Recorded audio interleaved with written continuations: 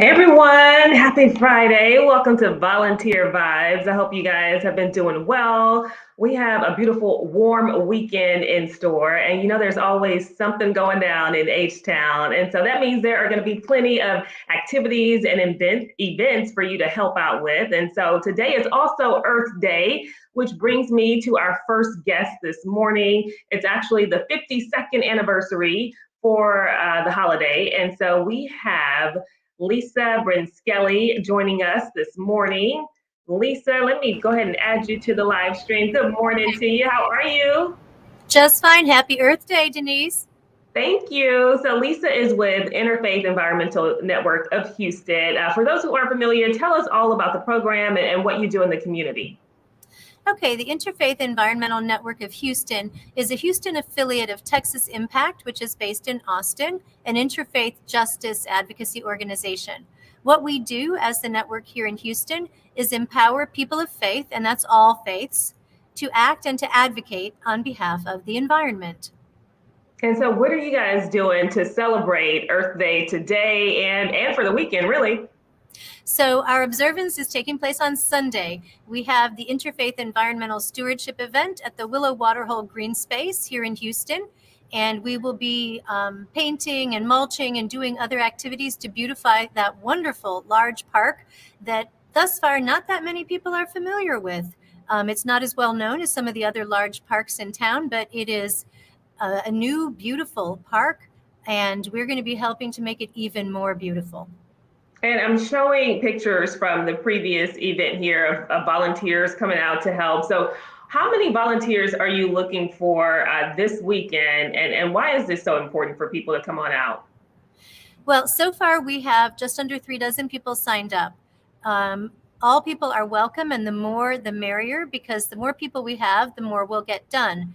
The Willow Waterhole Conservancy that we work with is prepared for any and all comers and will definitely find beneficial things for them to do. Why does it matter? Well, we need to care for the earth so that it can care for us. And this city park is a huge, wonderful space for the people in that part of town. It's in zip code 77035. So let's make it an even more beautiful space for Houstonians to get out and enjoy the great outdoors in a park.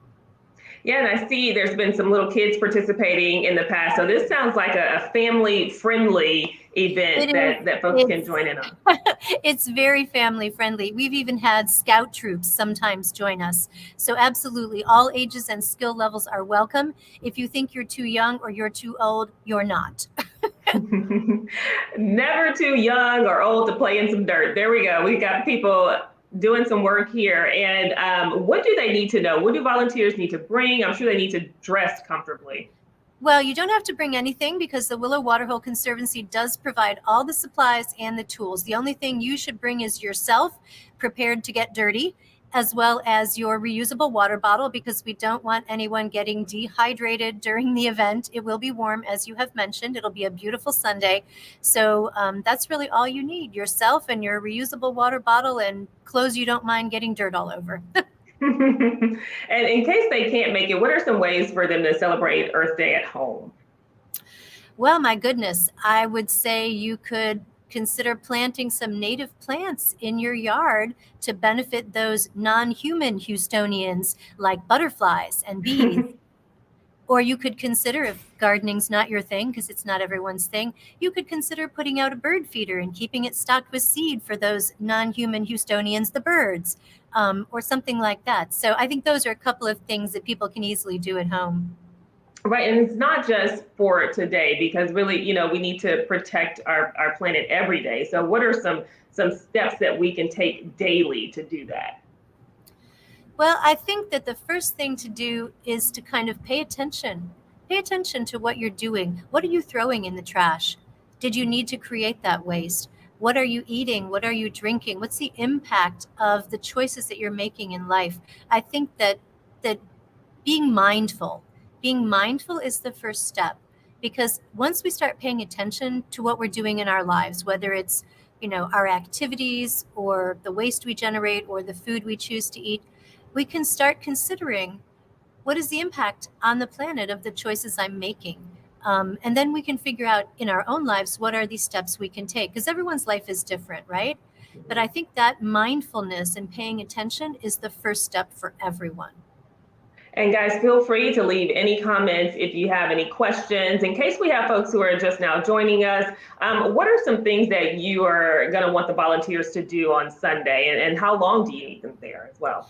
So the event is scheduled from 1:30 to 4:30, but you are welcome to come and stay for an hour if that's all you have. We don't require people to stay for 3 hours. And if you can't be there right at 1:30, you are welcome to join us a little bit later. It would be helpful if you're coming late, if you would let me let me know, because we will have to direct you, because we'll be somewhere in the park doing work and we'll have to come, get in touch with you and put you to work somewhere. But you don't have to stay the whole time. You don't have to be there right at 1:30. And right now what we have planned is we do have some painting that needs to be done. We have mulching around trees and plantings so that they can retain moisture as the weather heats up. That's planned, and other activities to beautify the park so that it's a wonderful space for Houstonians to enjoy. And what's the experience normally like for people, especially when they're volunteering for the first time and coming out there? What is that like for them? Generally, I would say it's, number one, well organized. That's the reason that we have opted to work with the Willow Waterhole Conservancy for so many years now. We've been working with them, doing this event twice a year since 2015. It's because they are so organized. You get out there, they have everything you need. They provide all the direction you need to actually make a difference in the park. You don't have to figure it out yourself. So that's the first thing. It will be organized, and we will find something for everyone. So if mulching and moving around mulch is not something within your physical abilities, we will find something beneficial for you to do in the park. Maybe you're going to be one of the people painting instead. So the Willow Waterhole Conservancy, as partner in this, does a terrific job organizing as well as making it a meaningful contribution for anyone who can volunteer. They will find something meaningful for everyone to do, whether you're 5 years old or 95. All right. Well, you guys can always, of course, head to volunteerhou.org to sign up and learn more info about, what's going on Sunday. But what about, in the future? Do you have any other events that are coming up that you want people to know about? We do have other events. They are not volunteer events. This Interfaith Environmental Stewardship event is fall and spring, so the next one won't be until the fall. But the Interfaith Environmental Network of Houston does have an event, an educational event, on May 1st. That's Sunday at 3:30 p.m. And it's a webinar. The title is Carbon Fee and Dividend, What's Justice Got to Do with It? And you can register for that on eventbrite.com. All right. Well, go ahead and sign up and help out if you can. Lisa Brinskelly, thank you so much for joining us this morning. We sure do appreciate it. You're most welcome. Thank you for having me. All right. Well, I want to bring in our next guest. So we have Janice Dottie. Janice, can you turn your mic on for us? She is with Big Brothers Big Sisters here in Houston. We are so glad to have you with us. I know you guys, have an ongoing need. You're, always looking for some great volunteers to mentor children. So tell us about the need right now, though, because it seems like, there are so many children who need some kind of assistance and, mentorship in their lives. Well, I think every youth, we want every youth to achieve their full potential. And so every kid in Houston should have a mentor, should sign up and have a mentor. So for every child that signs up, we need one mentor because we're one-to-one mentoring. So right now we have about 600 kids who we call are ready to be matched. They're ready to be matched with a mentor so that they can go out, do fun things, learn new things, have this opportunity to see all the things that they may not be able to see in the greater Houston area, and just have that mentor really direct them and guide them and help them figure out what they want to do so that when they are older, they'll be able to give back to their community and have the skills that they need. They need that social emotional skills, they need the educational skills, and we want to help really foster that information for them. And that's what a mentor does, basically. And so talk about that process, what it takes to become a volunteer mentor and the commitment as well. Right. Well, I know a lot of people think, oh, kids, kid, what do I do with a kid? And I can tell you, we've been doing this for over 100 years. And so we have a lot of good ideas. So what a volunteer can do is they can go to our website. Here's on my name, bbbstx.org. And they can go to the link that says Be a Big. They can fill out an informational card. And then we can tell them answer every question that they have. So we'll have an informational session on April 29th, virtual on Zoom, I think, and it's at 10 a.m. on April 29th. So they can sign up to attend that and have all their questions answered. So basically what we do is we bring the volunteer in, we do a background check, we do reference checks, we do a really important interview with them. The interview usually lasts about an hour and a half because we want to really find out what are they interested in? What do they want to do? What do they want to be able to give back to their community? And so we are able to find out a lot about them. And then we look for a match of a little who is, in proximity to them, in their same zip code, in their same general area in Houston. And we also look for compatibility because I say this all the time. I'm not going to sign up a person who wants to go fishing with a kid who just wants to sit and read books, because they're not going to find anything that they can connect with. And so we really take care to find a good match for that mentor to make sure that they have that opportunity to really help develop that child's potential. Right. And I know that, you guys were doing this virtually too for a while. Is that still the case, or are they meeting in person now? We're doing both. We have some people who, even still now, who had been matched pre-pandemic, are still meeting virtually because they can't compromise their health. We don't want them to. So there's a lot of virtual opportunities that we have. But we have matches who are able to meet in person, and that's that connection that they get from meeting in person and going out and doing things in person. We always want to maintain safety. We always follow the CDC guidelines and make sure everybody is doing the right thing for themselves and others. And so we have matches like tomorrow. We're actually going back to that day camp, and the bigs are taking their littles out to a ranch in the middle of Houston, and we're going to spend the day there, and we're going to go hiking, and we're going to learn to build a fire, and we're going to do a lot of fun outdoor activities that a lot of the kids who maybe live in the suburbs or live in the 3rd ward or the 5th ward or out in Rocheron, they may not be able to have that opportunity to go and spend a day outdoors listening to birds. I'm looking forward to it. Can you tell I'm going? I know. It sounds really exciting too. It's going to be so fun.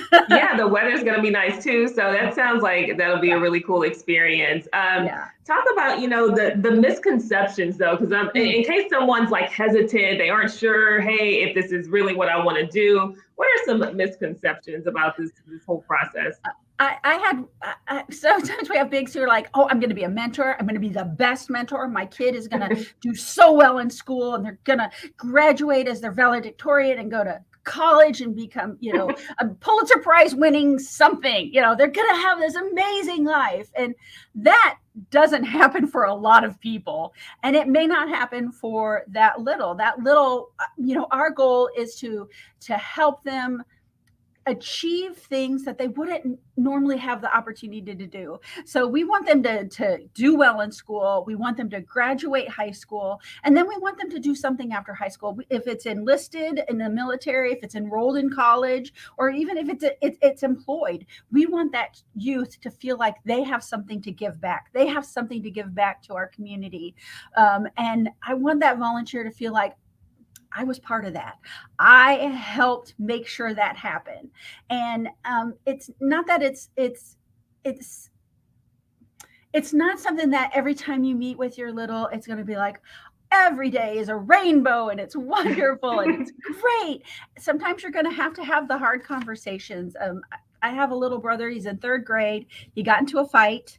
And his mom called and she said, can I have his big brother talk to him about it? And I said, yeah, absolutely. That's what he's here for. This is what he's been waiting for. And so I coached the mom. I said, let's make sure we talk to the big so that he's giving that same message that you want to, because our parent guardians are such important parts of this team we have around the kid. Mm-hmm. So let's talk to the big, make sure he knows kind of what to say. You don't want him to say the wrong thing, like, fight back, or right, because you mentioned that they receive training too, though, right? The volunteers, they receive training and they have support along the way. So I love that. That's wonderful. So they know how to handle certain situations. Yeah. So he's not there on his own. We're Right. all there as part of that team to make sure he's talking to the kid and making sure that, this doesn't happen next month or next year.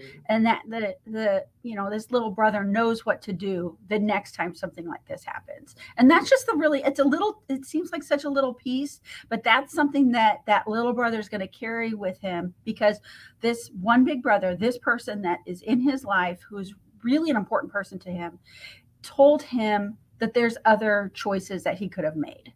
And that's going to be really impactful for him down the road, because I have kids who say, anytime I'm taking a test, I think, how does my big want me to do? What am I going to tell my big when I show them my report card and my grades?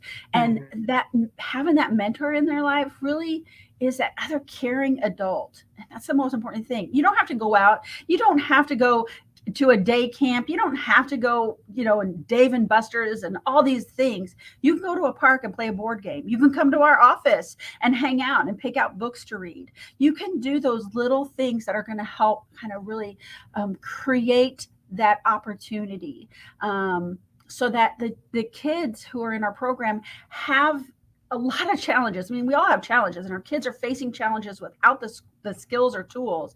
And that we want to make sure that mentor is help that youth overcome those impediments, overcome those challenges, and really see that potential that they have in themselves, and really be their cheerleader for all the choices and decisions that they're making along the way. I have a parent in our program who was a little sister in our program, and she signed up her kids to be in the program. And so that cycle she saw, and she's still in touch with her. She's a mother, so she's obviously not a youth anymore. Right. She's still in touch with her big sister. There's somebody who, that's another person in their lives that checks on them and makes sure everything's going okay, and is an ear to, listening ear. And it's that relationship that goes on and on and on. And I have a couple of parents in our program who've been little sisters and little brothers, and it's just interesting to see how they want that same caring adult in their life. They want that same person for their kids. And that just makes me so happy that the parents step up and say, hey, I want this for my kid. And then we can't do it. We do one-to-one. We can't do this without a volunteer stepping up and say, I'm going to be that one more person in that youth's life, who goes along with their parents and the teachers and their faith communities, everyone else. I'm going to be that one more person. I want to do that. I want to help them see all these other opportunities that we have. So it's just, I could talk about Big Brothers Big Sisters all day, and I know we're on a time crunch. I know, I love the passion. But well, before we go, I guess, what's the age range that you look for volunteers, and how often do you need them to meet? For how long? Oh, sure. Yeah, we so any adult 18 and over who is ready to make a commitment, they need to meet about twice a month for about 2 to 4 hours each time. So, on a Saturday, if you're running errands and going to go to the grocery store and getting the car washed and things like that, pick up your little and take them with you. Give them those opportunities to see other things that you're doing. So it's twice a month, 2 to 4 hours each time. We make sure that you have the tools and you have ideas for things to do, and you have that support from Big Brothers Big Sisters. So you're not out there alone. You're not just picking up a kid and trying to figure it out on your own. You've got a whole team, from the little giving you ideas to the parent to everybody at Big Brothers Big Sisters, making sure that we help this kid see success. And that's you're going to be part of that as a mentor. And you're looking for like a 2-year commitment too, because that's important to make sure there's some consistency. Yeah. We don't want somebody to just come in and say, hi, how are you? I'm going to do this, and then disappear, goes to them. So a 2-year commitment, they'll start to help really make a difference, that youth will get ready to trust them and be with them, and they can make a difference even in that 2 years is not very long, as we're learning. 2 years is not very long. Fine. And then we have matches who stay together. I mean, I've a match that was matched when the little was 6 years old, and the little is graduating this year. And wow. I mean, the whole 12 years of school. That's incredible. Yeah. And there, I mean, even if I said, okay, I'm kicking you out of the program, you're graduated, goodbye. I'm not going to, that relationship is there. And so, it's not everyone that happens to, but even having that short, even a 2-year commitment to a youth is really going to make a difference. It really, it really is. And it's going to make, I'm a mentor. Of course, I'm a mentor. And I feel really good about my mentee. She's in college now, and we still, it's text now because she's still a teenager, but we still stay in touch with each other. And it's that connection that I know she knows I'm here for her. And I know I will be here for her for the rest of her life, the rest of my life. We're going to be in each other's lives, and no amount of how old she gets or how old I get is going to change that. And I think that's something that it makes me feel good, and I know I'm helping her, but I'm getting a lot out of it too. That is beautiful. I love that. Janice, thank you so much. Again, there are 600 kids who need to be matched. So guys, if you feel compelled to do so, please head to volunteerhou.org, sign up and help out. Janice, we appreciate you. Thanks again. And of course, there's always something going on every weekend. We just talked about the ongoing needs with Big Brothers, Big Sisters, but there are events that are happening this weekend. So we have Catherine Grace joining us with Volunteer Houston. Good morning to you. Good morning. Thanks for having me on. Yeah, so what do we have going on Saturday and Sunday that people can take advantage of? So this weekend's going to have really nice weather. So we're encouraging everyone to get out there and volunteer. We've got 2 big events going on that I'll tell you about today. First off is the Benavides Elementary Community Garden Makeover. They're going to be out there at the school from 9 a.m. to 12. And what they'll be doing is creating a community garden. So if you're ready to get in there, get your hands dirty, do some gardening, this is a perfect position for you. And you can sign up to volunteer on the Volunteer Houston portal. Some of the materials you might need, only muscles to clear. They're clearing trees, overgrown bush. If you have a chainsaw or weed whacker skills, those will really get put to use. If someone has a pickup truck with a trailer to hitch, you could really be a great help too. And if you're just happy to get out there and help and move some weeds, they'll really appreciate the help. They encourage you to bring some work gloves, sunscreen, bug spray, and just clothes you can get dirty that might have a little bit of skin protection on there. And then also bring some water and snacks because it might get a little hot out there. All right. I'm sorry, you have one more to tell us about? Yeah, one more. So Volunteer Houston is doing our annual Volunteer Houston Together event. And there's a lot of opportunities to volunteer at this event. We just need general volunteers helping with tent setup, getting everything in place that goes to the large event like this. It'll be taking place at the Memorial Park Picnic Loop. If you're there for 7:30 setup, they'll provide you with breakfast. But if you can't get there at 7:30 a.m., they need volunteers throughout the day. Volunteers to help in the kids zone, volunteers to help. They're building student desks with the Houston Tool Bank. So you can volunteer with the Tool Bank at this Volunteer Houston Together event. You can also at the VH Together event donate blood through the Gulf Coast Regional Blood Center. You can drop off some books for the Turn the Page Literacy Book Drive. It's really a big day. If you're passionate about volunteering, interested in volunteering, we really encourage you to go up. Attendance is free. If you just want to go walk around, check out some volunteer opportunities. There'll be 41 nonprofits represented. So we really encourage you guys to get out there and check it out and also enjoy the beautiful weather in Memorial Park. All right, sounds good. Grace, thank you. Excuse me, Catherine, thank you so much for joining us this morning. Want to bring everyone back so we can tell you guys goodbye. Thanks so much for coming on, ladies. I hope you guys have a great weekend. Of course, you can join us every Friday at 11 a.m. to check out all the volunteer opportunities that are happening. In the meantime, head to volunteerhou.org to check out the portal and see what's available. We'll see you next time. Bye-bye. Bye-bye. Bye.